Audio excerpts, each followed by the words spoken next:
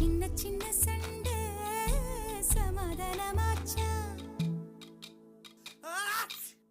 இப்ப பழச மறந்து கதைக்க வந்தாச்சு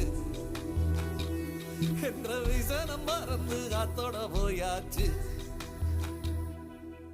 ஐயோடா இது நிரந்தரம் என நிலச்சிருக்கணும். ஐயோடா இது நிலச்சிடவும்